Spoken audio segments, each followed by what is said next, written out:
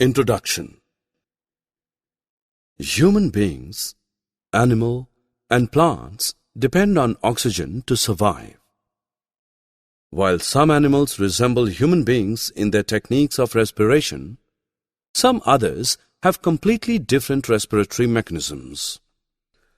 Plants also have a unique way of breathing. In this lesson, we will study respiration in plants and animals in detail. Objectives. At the end of this lesson, you'll be able to understand how gases are exchanged in insects, explain how earthworms breathe, describe the different ways in which frogs respire, explain how fish breathe in water, explain the breathing process in plants.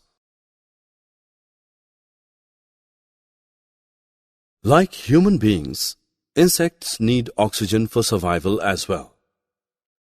Again, like human beings, they produce carbon dioxide as a waste product. But unlike human beings, insects like grasshopper, housefly, cockroaches, etc. do not have lungs. The process by which gas exchange takes place in insects is known as diffusion.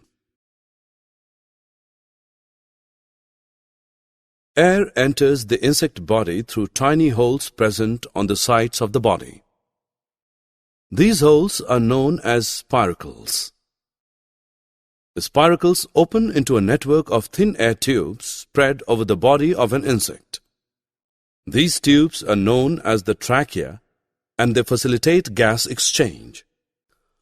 Oxygen reaches the cells through the tracheal system, and the carbon dioxide is received from the cells by the tracheal system and expelled from the insect body through spiracles.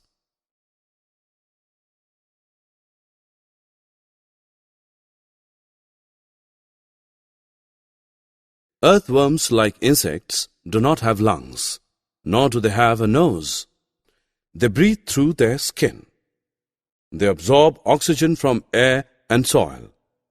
When the oxygen comes in contact with their moist skin, it breaks down, it is absorbed through tiny blood vessels and circulated throughout the body. The same blood vessels carry the carbon dioxide to be expelled through the skin. For an effective absorption of oxygen, earthworms keep their skin moist.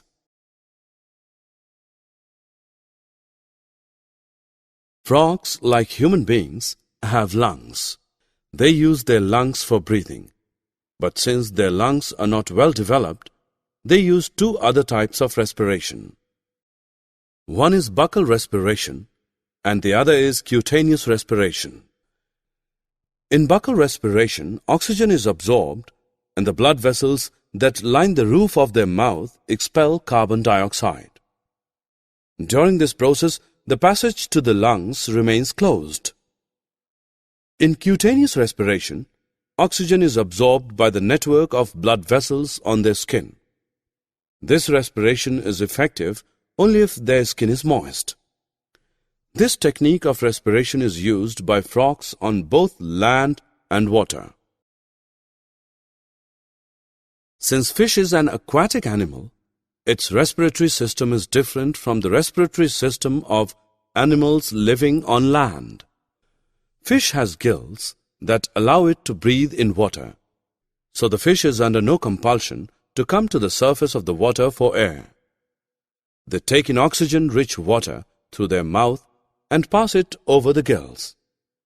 The gills are lined with blood vessels which absorb the oxygen and release carbon dioxide into the water. The deoxygenated water is then expelled from the body through gills. In plants, respiration takes two different forms. One, when the pores of the plant absorb oxygen and release carbon dioxide. These pores are present all over the plant body and even in the roots. Two, when photosynthesis takes place. In this form of respiration, plants absorb carbon dioxide and release oxygen. Summary. Let us summarize what we have learned. In insects, air enters in their body through tiny holes called spiracles present on the sides of their body. Earthworm exchanges gas through its skin. Frogs have a pair of lungs like human beings for breathing. Their skin is moist and slippery. They can also breathe through their skin. They also breathe through their mouth. Fish have special organs for respiration called gills. Plant respiration takes two different forms. In one form, oxygen is absorbed and carbon dioxide is released. In the other form, carbon dioxide is absorbed and oxygen is released.